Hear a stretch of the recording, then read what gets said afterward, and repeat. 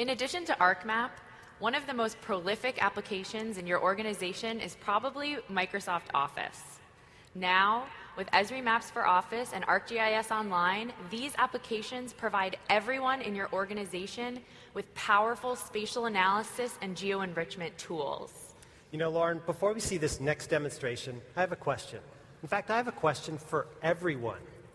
If you could live any place in the US, any place, what would be your top 3 choices? I would pick Sunnyside, Queens, because I love living in a big city, Montclair, New Jersey, where I grew up, or Virginia, to be closer to family. What about you, John? Well, I'm thinking I'd live in Denver because I like the outdoors. But then I'm also thinking, wait for this one, I'm thinking exotic, tropical Honolulu. But I'm not sure I could afford to live in Honolulu. And then I have this crazy idea that I could actually be a farmer and live in Craftsbury Common, Vermont. Well, to answer this question a little more objectively, using Esri Maps for Office and ArcGIS Online, and to show us how our favorite places measure up, please welcome Nate Bennett, who also happens to be my husband, and I am sure is going to choose wisely. Nate?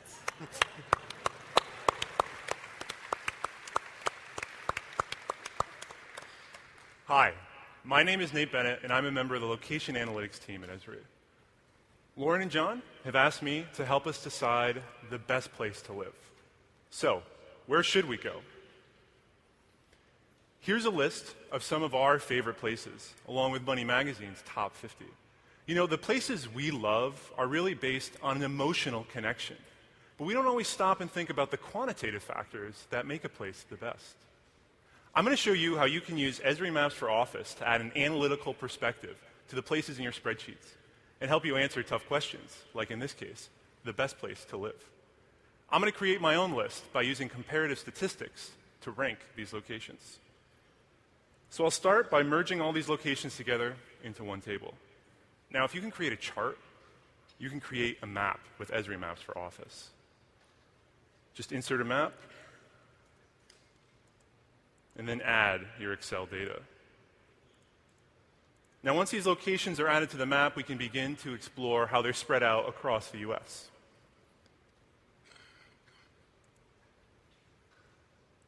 Now, here's one of my absolute favorite places. It's where I went to college, Geneseo, New York. Wow, it's not that big of a school. Now, Esri Maps for Office users have access to ArcGIS Online's demographic data for places like this from right inside Excel. One way we can use this information is through infographics, which are available on any pop-up in the map. Here we'll be seeing an age pyramid, and for a college town, Geneseo has a pretty standard distribution. We can also see some other infographics like the top 3 tapestry segments. Now, users can also take advantage of these demographics by enriching the underlying spreadsheet with the raw data sets. Now, with the Enrich Layer tool, this is incredibly easy. Demographics are organized into categories called data collections, and users can explore them to find the variables that they're interested in. Now, I don't want to live in a secluded place, so I'll grab population. Diversity is important. Median home value will make sure I can afford to live there. And disposable income will make sure that there's goods and services in the area. Now watch this. I'll specify an area of interest. And Esri Maps for Office will get these demographics from ArcGIS Online and add them to the spreadsheet as new columns of information. It's that easy. So now we can explore the places that are more expensive to own a home. Now, demographics are a great first start, but what about the environment? What about the natural landscape? Well, now, spreadsheet users also have access to all the new landscape data on ArcGIS Online. Now, I don't want to live in a place that's overdeveloped, and I would prefer to have access to forests and grasslands, preferably in my backyard. And I definitely don't want to live in an area that's prone to flooding. So now, Esri Maps for Office will add this landscape information as new columns of data in my spreadsheet. So now we can explore places that are more heavily forested, making it easier for me to get out into the backcountry. So let's take a look at some other factors. Here's Travel and Leisure's best and worst airports. Now, I love to travel, so let's look at just the best. You know, there's nothing like starting a vacation with a horrible airport experience. So I'm going to add the best airports just by geocoding them with their airport codes.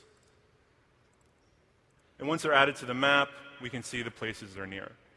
Now, with the new select dialog, this kind of proximity analysis is simple. I'm going to select all the airports. I'm going to buffer the airports by a distance of 100 miles. Then I'm going to intersect those buffers with our candidate locations.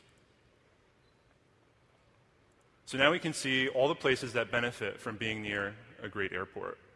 Now, these places deserve extra credit. So I'm going to select the rows in the table and then add an airport bonus column. All these places get an extra 10 points.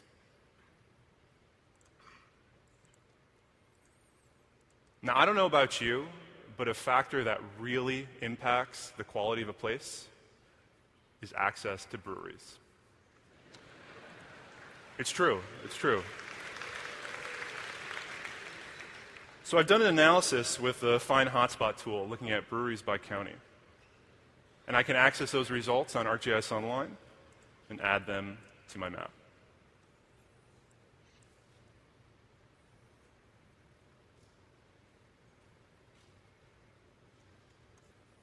Now, any place in a brewery hotspot is very special. And like places near great airports, they deserve extra credit. I think this time I'll give them 20 points. So now it's time to combine our variables. And using this Excel formula, I can create a composite score that I can use to rank these locations. So let's filter for our top 10 and then sort the results. So let's see. We've got Waldorf, Maryland, Germantown, Maryland, and Flower Mound, Texas. Now let's take a look at the geographic distribution on the map. So we've got the Southwest, the South, and the Northeast. And now it's time for my best places to live list. And now we can compare our emotional preferences with my quantitative results. Uh-oh, looks like none of Lauren's made the top 10. But that's the list. Thank you.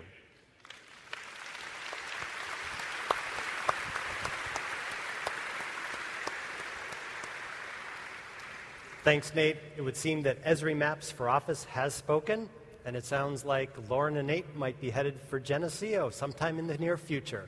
Hopefully you'll tell her that message.